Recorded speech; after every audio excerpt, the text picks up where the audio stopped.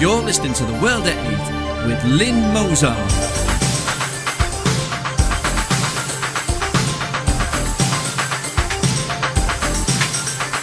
The World at 8, the number one in nationalist news. Highlights of the news today, Wednesday, the 12th of June 2013. Immigration chaos won't ever be fixed. UK's new immigration boss can't rule out further backlog of unprocessed cases. Judges attack cuts to legal aid for migrants as they say any changes would set a bad example to the rest of the world. Businessman v Burglars in midnight fight at his premises, now he's on a GBH charge. Muslim hate monitor to lose backing. British couple thrown to Spanish jail and fined £600 after refusing to pay for paella they didn't even order. Students taught about homosexual foreplay disguised as tolerance. Thought for the day, who'd have thought it? And finally, now you know. UK news. Immigration chaos won't ever be fixed. UK's new immigration boss can't rule out further backlog of unprocessed cases. New immigration boss Sarah Rapson said she may never finish the job of fixing Britain's chaotic visa processing system. The boss of Britain's new immigration body yesterday said its chaotic visa processing system will never be fixed.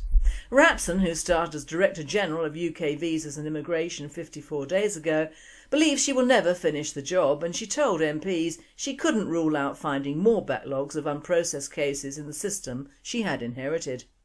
Are we ever going to say about this really quite difficult organisation with a set of complex things it has to do, is it perfect? I don't think so, she told the Home Affairs Select Committee. My intention is to make some improvements. I would be grateful for the committee's advice on where we could prioritise. But will we ever finish the job? No. She told the committee the agency was currently processing 190,000 cases. Committee Chairman Keith Vaz replied, "You do realise you're giving us new figures we didn't know about. These are astonishing figures." Ms Rapson said she would not have taken the job if she was not slightly optimistic she could make a difference. But she added, "There are lots of people in the organisation who have got ideas about how we can make things better. Is it ever going to be fixed? I answered that question from you earlier. I don't think so." World at 8 says she's going to have to make a sodding great omelette and break an awful lot of eggs to clear this muddle of many years up. Judges attack cuts to legal aid for migrants as they say any changes would set a bad example to the rest of the world. Justice Secretary Chris Grayling said the budget deficit meant it was wrong that individuals with little connection to this country should be able to claim legal aid. Senior judges and barristers yesterday claimed that cutting legal aid for illegal immigrants and failed asylum seekers would undermine the rule of law and set a bad example to the rest of the world. Their comments were an official response to moves by Justice Secretary Chris Grayling to stop migrants from getting taxpayer-funded help until they have lived lawfully in the UK for 12 months. He said the budget deficit meant it was wrong that individuals with little or no connection to this country are able to claim legal aid to bring civil actions at UK taxpayers' expense. But his proposals were roundly condemned by the Civil Justice Council, a government advisory board. It features England's second most senior judge, the Master of the Rolls, and other leading judges as well as top barristers and solicitors. They warned the measures could undermine the fundamental principle of equality before the law. Immigrants could be left unable to bring or defend claims that are crucial to their lives, such as disputes over housing. The CJC added, "It diminishes the credibility of the UK's encouragement of the rule of law elsewhere in the world, just at a time when that is of considerable national and international importance." Currently there are no nationality or residence limits on civil legal aid. Mr Grayling insisted funds were not limitless and must be targeted at those with a strong link to this country. World at 8 says, "We would endorse Mr Grayling's suggestions with a bit of tweaking. That of not giving any form of legal aid to anyone who has not lived in this country 25 years or more. I frankly don't care about whether they're housed or their human rights are affected. We need more human rights in Britain for the British who have lived here all their lives." Businessman vs Burglars in midnight fight at his premises, Now he's on a GBH charge. A businessman who confronted suspected burglars raiding his premises at night could be jailed after he grabbed one of the gang's weapons and used it to fight back. Andrew Woodhouse, 43, claims he was chasing thieves off his property when one of them came at him with a wooden stick. In the scuffle he managed to grab the stick and used it to injure the man's legs before holding him down and screaming at his wife to call the police. After a series of burglaries at his paving firm in Abergavenny, South Wales, Mr Woodhouse thought he might finally have helped to bring one of the robbers to justice. But then police arrested Mr Woodhouse as well and held him in a cell for 18 hours. He's been charged with grievous bodily harm with intent and will appear before magistrates on Thursday, along with the 2 men he apprehended. Mr Woodhouse's case has led to calls for the Crown Prosecution Service to show common sense in dealing with those who defend themselves outside, with MPs calling the decision to prosecute him astonishing. If found guilty, he could face a maximum sentence of life imprisonment. Mr Woodhouse employs 6 staff, including 2 of his sons, at the family business, which was set up 20 years ago. The firm has lost £15,000 in recent years due to thefts of diesel and tools. World at 8 says Mr Woodhouse must convert to Islam as soon as possible, get himself a human rights lawyer, preferably from Matrix, and the CPS won't dare prosecute him. After all, if you are of the right religion, you can apparently get away with murder in broad daylight. Muslim hate monitor to lose backing. Ministers end funding for body that claimed wave of attacks against Islam. A controversial project claiming to measure anti-Muslim attacks will not have its government grant renewed after police and civil servants raised concerns about its methods.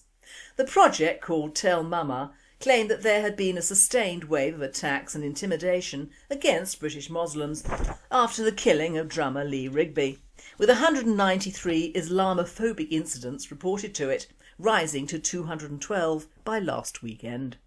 The group's founder, Fiaz Mughal, said he saw no end to this cycle of violence, describing it as unprecedented. The claims were unquestionably repeated in the media. Tell Mama and Mr Mughal did not mention, however, that 57% of the 212 reports referred to activity that took place only online, mainly offensive postings on Twitter and Facebook, or that a further 16% of the 212 reports had not been verified. Not all the online abuse even originated in Britain. Contrary to the group's claim of a cycle of violence and a sustained wave of attacks, only 17 of the 212 incidents, 8%, involved the physical targeting of people, and there were no attacks on anyone serious enough to require medical treatment. World at 8 comments. Also note the fact that if a Muslim had been hacked to death by 2 soldiers in London in broad daylight, the whole of the Muslim communities would be up in arms and London would be on fire from end to end, i.e., along with a few tweets or second-rate fires, has any Muslim actually died as a result from Lee Rigby's murder? Muslim cleric who was top terror suspect sues MI5 for £50,000 compensation over house arrest. A Muslim cleric is demanding £50,000 compensation from the Home Office after he was placed under house arrest over his suspected links to Al-Qaeda. The man, who can only be referred to as AE because an anonymity order prevents him being named, is one of the least 4 former terror suspects who courts have given the go-ahead to sue for illegal detention. The alleged hate preacher was put under a control order for 3 years after MI5 reportedly suspected him of being one of the greatest terror threats to national security. His movements were restricted, he was banned from using the internet or a mobile phone and prevented from studying science at college. The man, who lives in Britain with his wife and children, was also forbidden from contacting a ring of alleged extremists linked to a British mosque. But the control order, made in 2006, was squashed by the High Court when the security services refused to reveal more of the evidence against him after a request from the Iraqi cleric's lawyers, it was reported by the Daily Mirror. In a court document detailing its evidence, MI5 alleged AE had extremist and criminal contacts in the UK.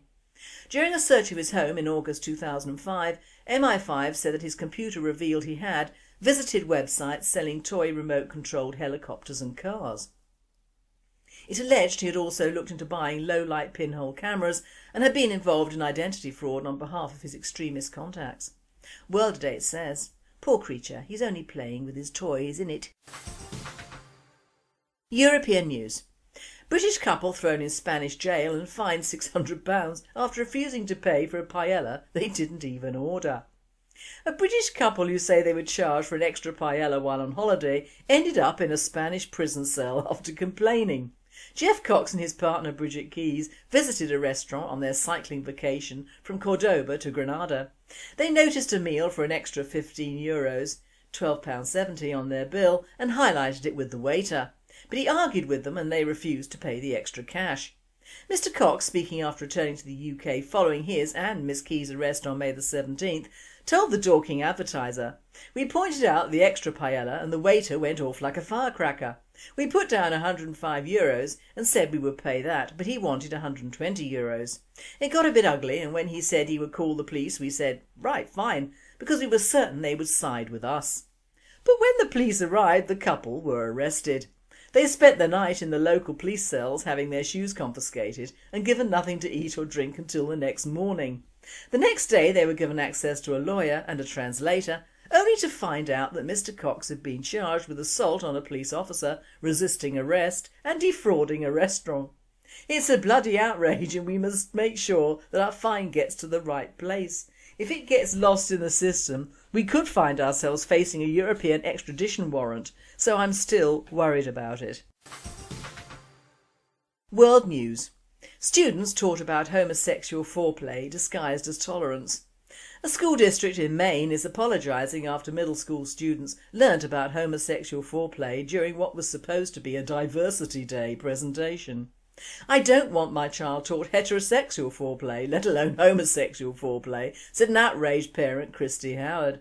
The principal of Gorham Middle School sent a letter to parents apologising for the graphic nature of the presentation by PRISM, proud rainbow youth of southern Maine. Bob Emmerich of Protect Marriage Maine said he wasn't surprised by the content of the so-called diversity class. "Homosexual activists rarely advertise that they are going to indoctrinate children to their point of view," he said in a statement. "It's done under the radar through mandatory diversity, anti-bullying and tolerance lessons." If there was any doubt that gay marriage would be taught to young children in Maine schools, just as it is in Massachusetts and Canada, that doubt should be removed now, he said. "If they're willing to teach our kids how homosexuals engage in foreplay, do you really think they won't force gay marriage instruction of young children when it is the law of the land?" Thought for the day. Well, who'd have thought it? Well, who would have? Our Nick Griffin in Syria, good on him. I told him to give Assad my very best, and I hope he has, although of course Bashir doesn't know me from a hole in the head and probably doesn't listen to World at 8, although he should, as we all support him in this office. Nick Griffin is quite right, and I hope that the EU doesn't cast its usual wrong-footed, wrong-everything cloak over this one, or a sickly, treacly-like substance appeasing the so-called rebels in Syria. Have you noticed that in modern-day parlance, rebels denotes free thinkers and wonderful people fighting against terrible wrongdoings? All a load of complete baloney, of course, in many cases, especially in the worlds of Islam. These people, regardless of race, which takes away the race card, would quarrel over two exhausted donkeys carrying bricks in an African hovel. In fact, what is the new meaning of the word protest? Two Muslims standing in a square. Muslims can find the time when not pointing their arses to Allah or Mecca or whatever to protest and fight about practically everything and anything. Usually stuff none of their business but solely of the country they have invaded, and the exception to this rule is the silence over the public butchery of Lee Rigby, which, if you notice, is a non-event now. Oh no, sorry, no, not a non-event, but a less important event than the retaliation by certain racist organisations in apparently creating minor fires at Islamic watering holes and jihadist training schools. My, who'd have thought it? One of our own is not yet cold from a disgusting attack that occurred in broad daylight with God knows how many witnesses either by camera or person, and not only are the murderers still classed as suspects, but even when in full flow the media concentrated on how the various mixed communities were functioning, or rather in these sentimental and stupid words, coming to terms with it. Why should we come to terms with it? Is it going to become open season on serving soldiers in London if they happen to be white and non-Muslim? Is it going to be endorsed as a sport by Boris the Loris? Rather like pacifying poor starving Romans with the games, are we pacifying well-off invasive parasites with hacking a non-parasite to death for fun? Is this the shape of things to come? I bloody hope not, although I feel we as a people are awfully near this point, even if just by being apathetic and in denial, which is incidentally a river in Africa as well. Poor Lee aside, and believe me he has been shoved aside as a none too comfortable media item, NG in Syria is a good thing. Even the papers can't do much to bugger this move up, although some are desperately trying. Nick is there by invitation along with several of his colleagues from the belly of the beast the EU, and contrary to sending the African Baroness Amos as in the case of Libya, let's hope they will be allowed to tell the truth about the situation in that country. All we get on the TV news over here are pictures of children drawing awful pictures of blood and gore because that is what they saw. Oh miseria mea, my sons and especially my youngest son drew pictures of decapitations and worse, and in fact was well known for the goriness of his pictures when at primary school, and he'd never seen a thing pertaining to it, so forget that one. Also he had not grown up so far into a mad axe murderer who kills army personnel on the streets, so I'm thankful for that. The point missed in these so-called heart-rending reports is that these are the children of the so-called rebels, and in another time and place would have been put to the sword summarily, because these little jihadists in the making will grow up to become the rebels and fundamentalist Islamists that might kill your children. Another point which is conveniently eluding the media is that Muslims put their own women and children in the forefront of civil battles, in the buildings that they have to share with the mortar bombers and snipers, so of course it looks bad when they show little babies with legs blown off being carried out. If their women and children were put somewhere safe or sent away, as many are, these pictures would not be available. But in a well-known phrase, any publicity is better than no publicity, even if it means a small human life. And these Muslims are doing it in the name of their particular branch of Allah to their own people, so what chance does Europe stand? Just a thought. Our politicians, establishments, councils, educational bodies and practically anything or everything with any clout have been so diversity ridden for the last 30 years that they are incapable of thinking outside the multicultural box. For many years the mantra has been an all-encompassing and encouraging to newcomers to travel and conquer the UK and Europe, that even we Brits are thinking that when we reject this form of submission that is Islam, we are doing something wrong and racist and we should know better. This is not the case. When even a well-meaning politician, and there are still some left, tries to alter or reform one of our failing institutes, as in the case of Michael Gove and the education system, he's met with resistance. Furthermore, if anyone were to suggest that our once great education systems have been dumbed down to suit an increasingly dim-witted white youth and an ever more increasing number of schools overrun with foreign non-English speaking pupils, and that this should be rectified, all hell would break loose. Of course the examinations are accommodating the main body of pupils. You only have to watch the results glowingly showed on local TV stations of moronic youngsters preparing to go to some fairly new modern uni to study forced nails or history, or a clutch of ethnics off to a better uni to study law or how to reduce the English population by overbreeding, and the picture is final. Yes, Michael, bring back harsher exams, reduce the intake of foreigners in all schools, and bring back the Holy Bible, prayers for Christians, non-halal food, make English speaking mandatory, male teachers for male classes, stop mixed schooling, mainly because most Brit girls get knocked up by nignogs or groomed by Muslims, stop part-time female teachers who are frankly no bloody good, and stop the diversity message completely. British history and religion to be enforced. If other cultures don't approve, let them leave and take their kids with them.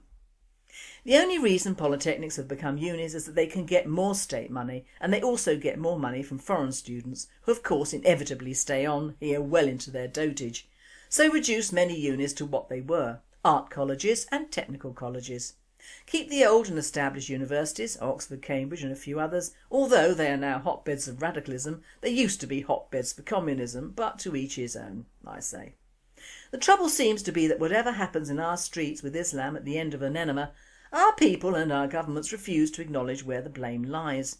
It lies in taking too many different people in, not deporting those who should be deported, including criminals, before sentencing, and the sham marriage brigade, child traffickers, and moreover accommodating these bastards to the detriment of our children and our well-known establishments.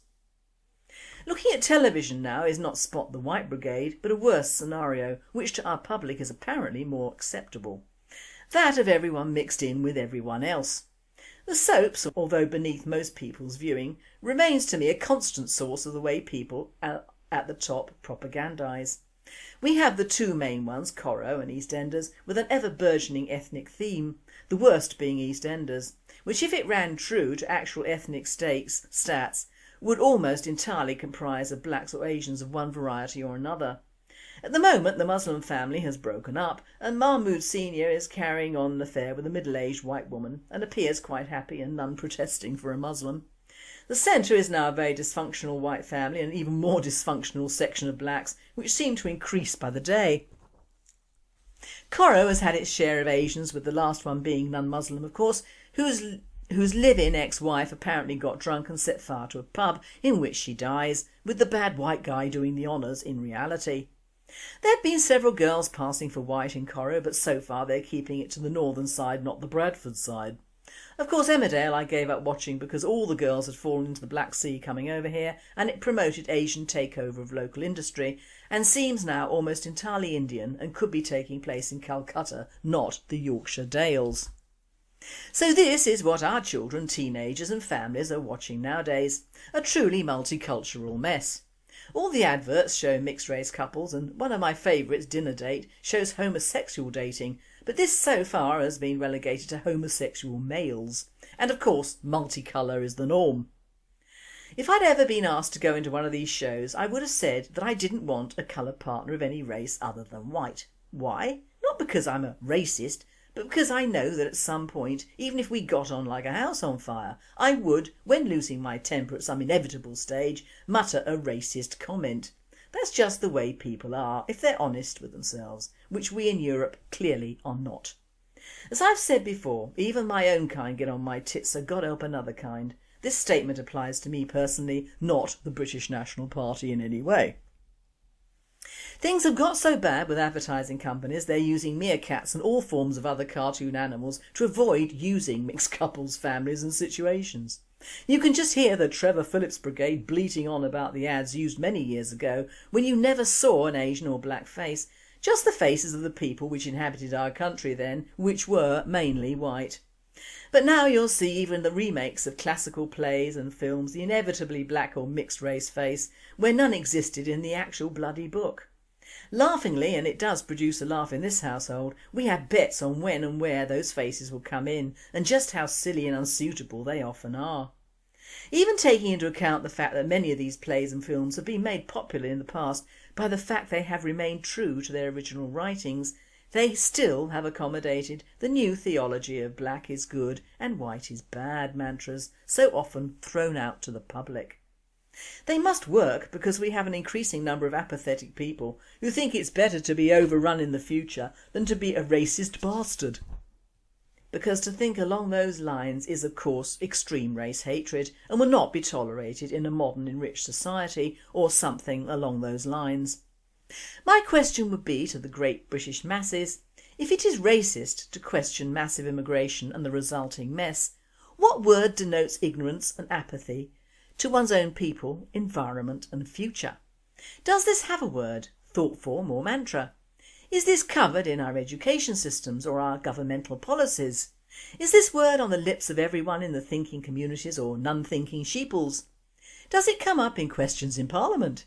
Is it written in the press? Is it hyped up in the media? Is it a word that kills with utterance? Is it a word that should never be spoken? I'll leave you to give me that word, because I frankly can't think of a word that beats racist, for the sheer horror to people that it entails, and it does, as Trotsky intended, halt any further communications on many subjects. If one utters the words truth, honesty, far-seeing, caring, love, lucidity, exclusivity, prophetic, sad, rigidness and many more, people don't react as they react to being called racist. How about the word rebel that seems to be the word beloved by the media nowadays? Perhaps we should rebel against the privatisation of our country by other companies. You can't rebel against racism because we, as nationalists, are deemed as racists, so we lose out there. You see just how clever this word is. I've thought of a word sitting in the sidelines of the demolition of a country's structure, people, society, religion and economic institutes, and it is who'd have thought it? Who would have thought that we Brits could just roll over and take it, and indeed hold out the Vaseline jar for grimy Muslim fingers? In fact, if we could take a day from the future, would we regret not having been more racist or more open to the fact that diversity, enrichment, multi-faiths, multi-submission and turning the other cheek did not work out for us as a people or a country? Would we have wished that we had braved the stigma of being a nationalist and stood up and been counted? What would we tell our suddenly unsocialist, unliberal and unmulticultured and disfranchised descendants about what we did to try and stop the Islamification of our country for their children? What indeed?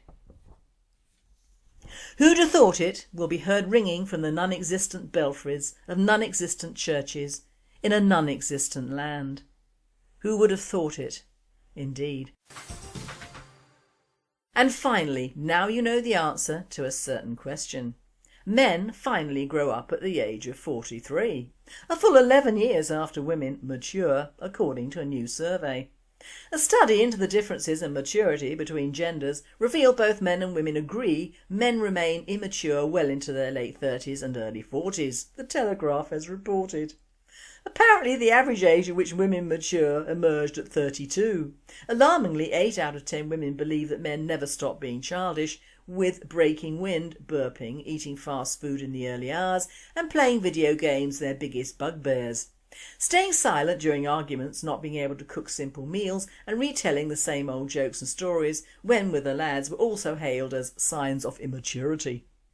The research was commissioned by Nickelodeon UK to mark the launch of the new show Wendell and Vinny, showing weeknights at 7 p.m. Tim Patterson, VP, Director of Programming, Nickelodeon UK, said, "As a man, especially one who works for a children's channel, the question if men ever reach maturity is one I'm well accustomed to. However, as the characters Wendell and Vinny show in our new programme, a difference in maturity between two people definitely makes for an amusing partnership."